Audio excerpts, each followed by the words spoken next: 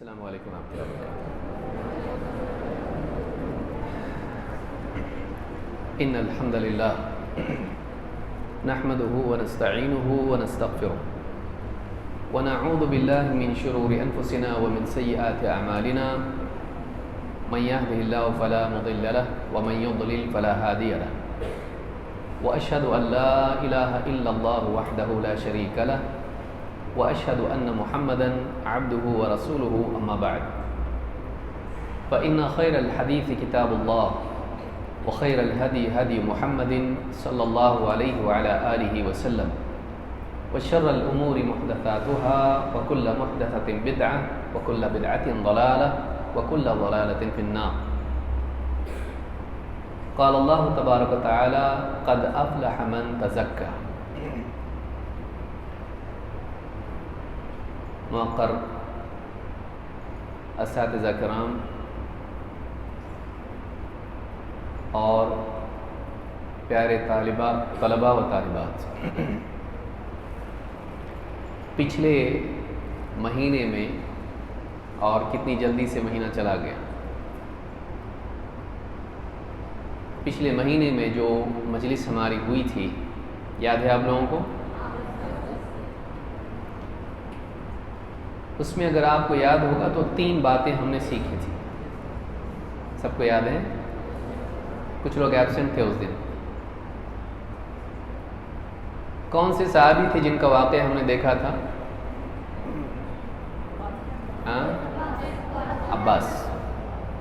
عباس یا عبداللہ ابن عباس؟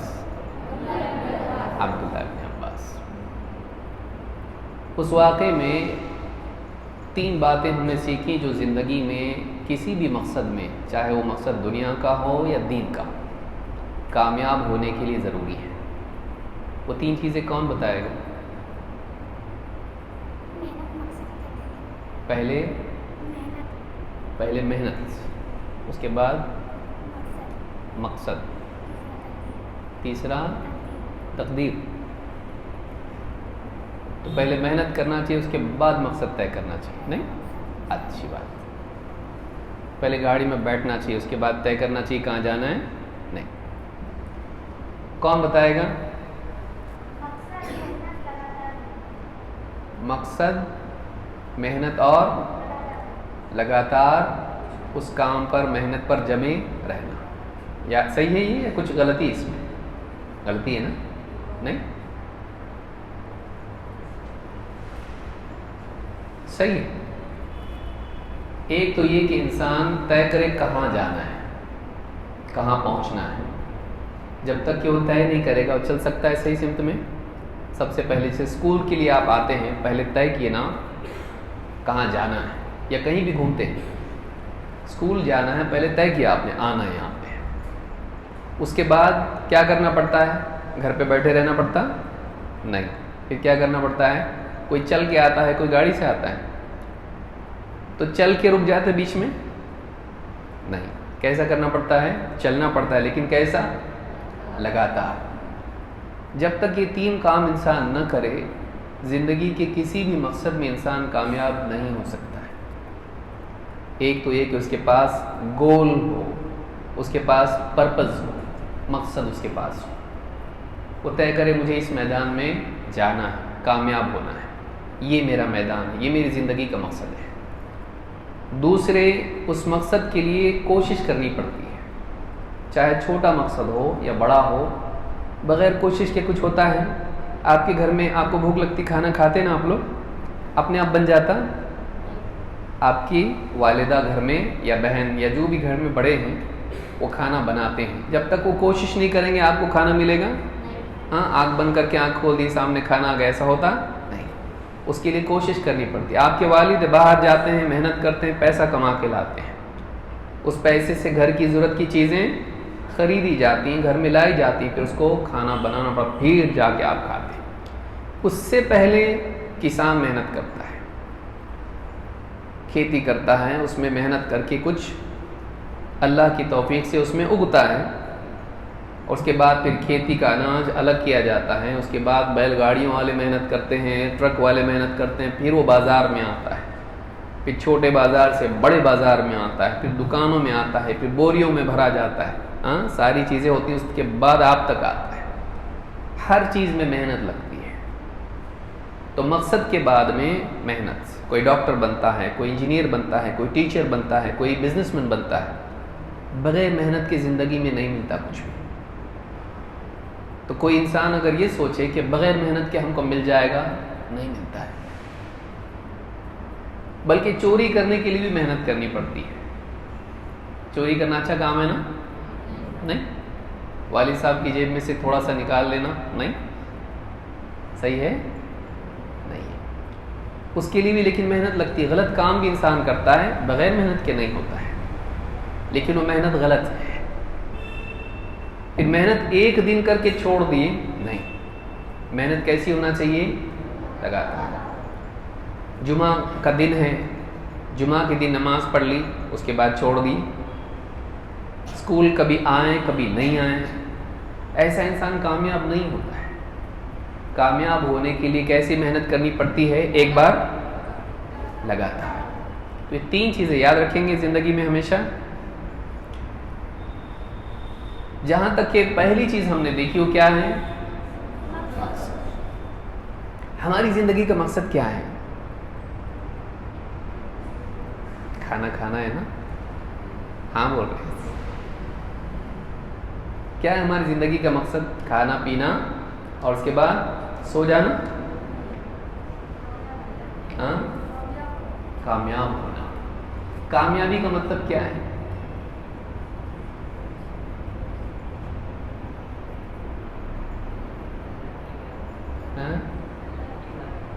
اللہ کی عبادت کریں۔ ہماری زندگی کا مقصد طے کون کرے گا؟ پنکھا گھومنا چاہیے، پنکھے نے طے کیا ہے، پنکھا بنانے والے نے، اور جو بلب لگا ہوا ہے اس میں روشنی آنا چاہیے، اس بلب نے طے کیا، ٹیوب نے طے کیا یا بنانے والے نے؟ تو ہم کو کس نے بنایا؟ تو ہماری زندگی کا مقصد کون طے کرے گا؟ تو اللہ نے ہم کو کیوں پیدا کیا؟ عبادت کے لیے۔ ہماری زندگی کا مقصد ہے اور وہ اللہ تعالیٰ نے طے کیا ہے۔ اس بڑے مقصد کے نیچے چھوٹا مقصد ہم طے کر سکتے ہیں، لیکن اصل مقصد کو چھوڑ کے چھوٹے مقصد میں ہم لگ سکتے نہیں۔ ہمارا اصل مقصد کیا ہے؟ وہ اللہ کی عبادت ہے، لیکن اس کے ضمن میں جو زندگی ہم کو ملی ہے اس میں ہم کوئی چھوٹا مقصد اپنے لیے طے کر سکتے ہیں۔ مجھے ڈاکٹر بننا ہے، مجھے انجینئر بننا ہے، یا جو بھی آپ کو بننا ہے، مجھے اتنا کمانا ہے، مجھے صحت بنانی ہے، مجھے ملکوں کا سفر کرنا ہے۔ آپ اپنے لیے کوئی مقصد طے کر سکتے ہیں، جب اگر وہ مقصد غلط نہ ہو تو، لیکن وہ کیسا مقصد ہے؟ چھوٹا۔ وہ زندگی کا اصل مقصد ہے نہیں۔ زندگی کا اصل مقصد کس نے طے کیا ہے؟ اللہ۔ کیوں اللہ نے طے کیا؟ کون ہے اللہ؟ ہاں اللہ کیوں طے کرے گا؟ ہم نہیں کریں گے طے۔ جو اللہ نے طے کیا وہ ماننا چاہیے یا ہمارے دل میں جو ہے وہ ماننا چاہیے؟ کیوں؟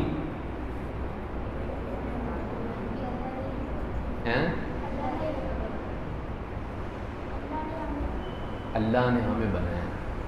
ہمارا مالک کون ہے؟ اللہ تعالیٰ نے ہم کو پیدا کیا، اسی لیے ہمارا مالک کون ہے؟ آپ دیکھیے اللہ تعالیٰ نے پوری کائنات پیدا کی۔ پوری کائنات اپنے آپ پیدا ہوئی ہے یا کوئی بنانے والا اس کا؟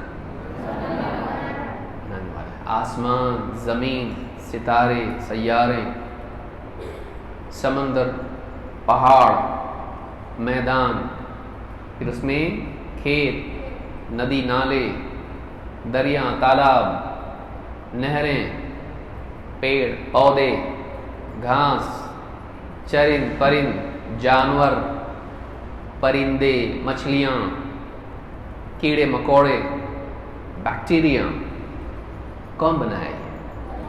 اپنے آپ یہ بن سکتا ہے؟ نہیں بن سکتا ہے۔ کوئی کہے کہ اپنے آپ بن سکتا ہے تو غلط بول رہا ہے۔ کیونکہ کوئی چیز اپنے آپ بنتی نہیں ہے. آپ نے دیکھا ہوگا بڑے بڑے روبوٹ آج لوگ بنا رہے ہیں. دیکھا کسی نے روبوٹ کو؟ کس کو بولتے ہیں روبوٹ؟ کس کو بولتے ہیں؟ مشین ہوتی ہے وہ، اور وہ کچھ کام کرتا ہے. کمپنیوں میں روبوٹس ہوتے ہیں جو ادھر کا برتن اٹھا کے ادھر کی چیز اٹھا کے ادھر رکھتے ہیں.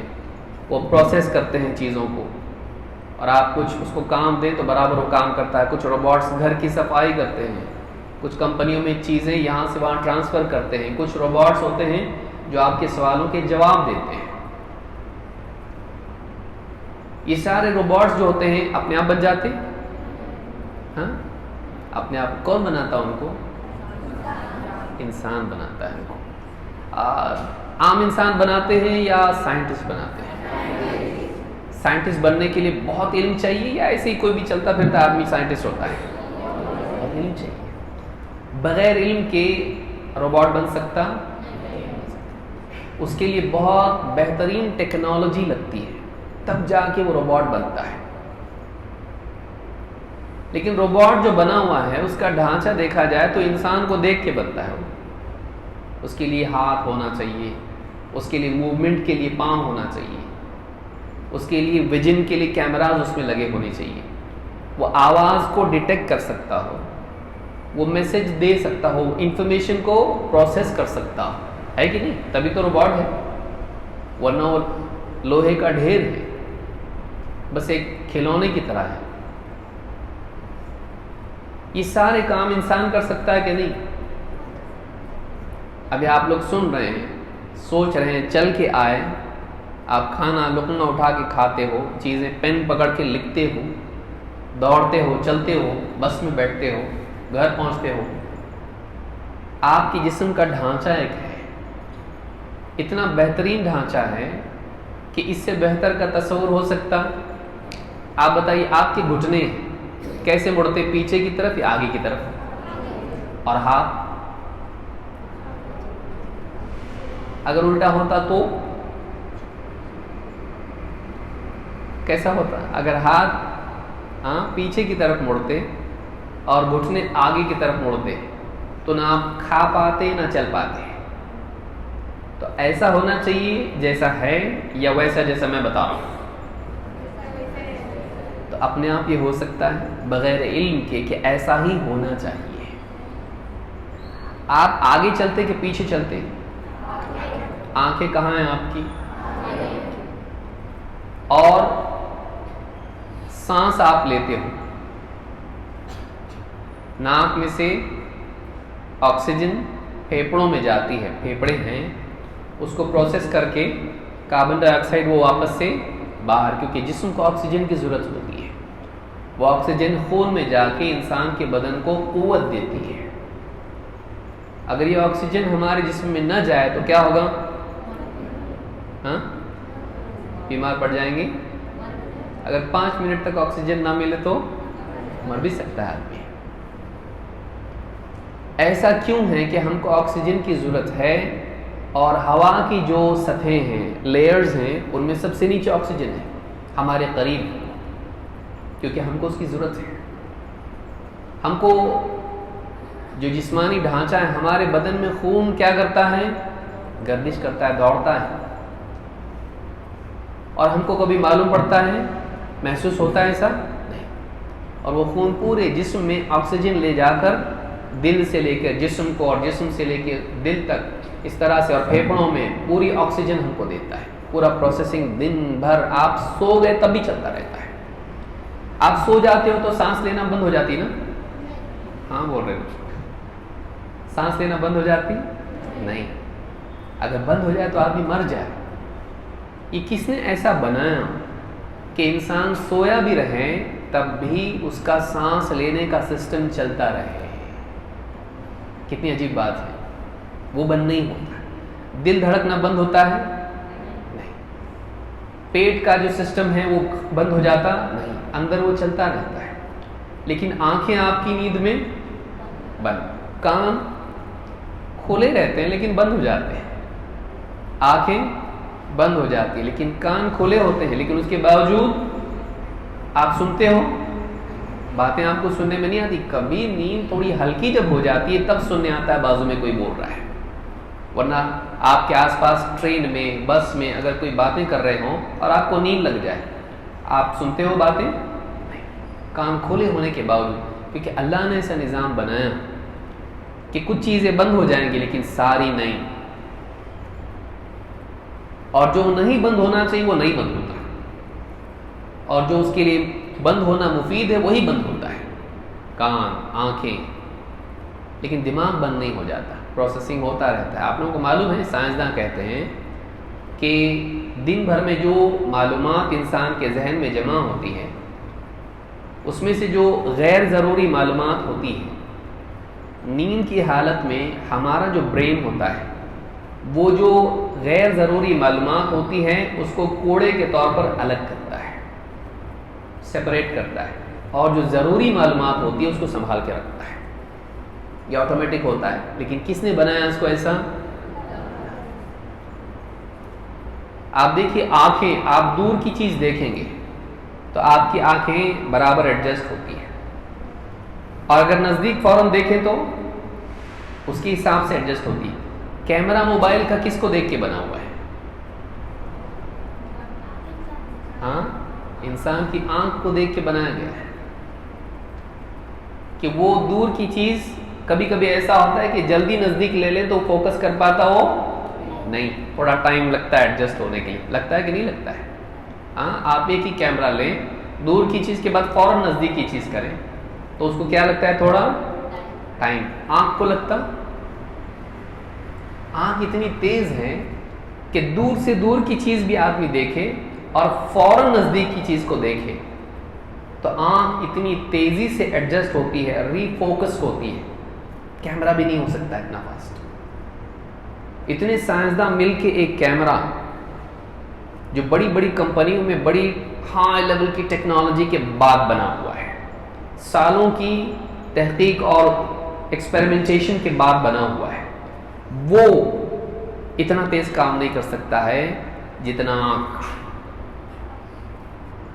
تو کتنا غلط ہوگا یہ کہنا کہ کیمرہ تو بہت محنت کے بعد پڑھے لکھے لوگوں نے, انجینئرز نے بڑی ٹیکنالوجی استعمال کر کے بنائے, لیکن آنکھ اپنے آپ بن گئی.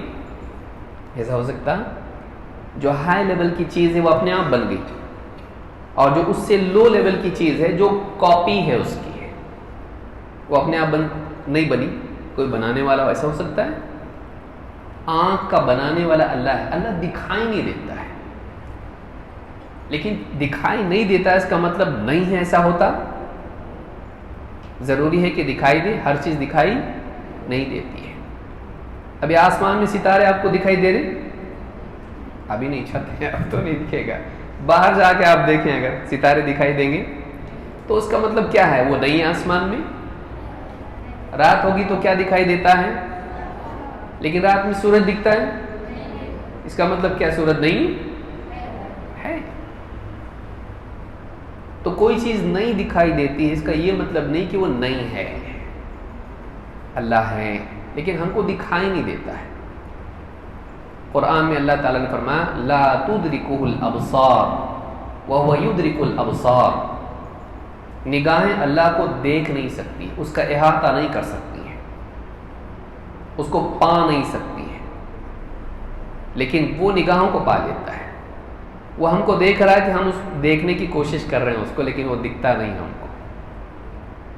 لیکن دکھتا نہیں ہے کا مطلب یہ نہیں ہے کہ وہ نہیں ہے.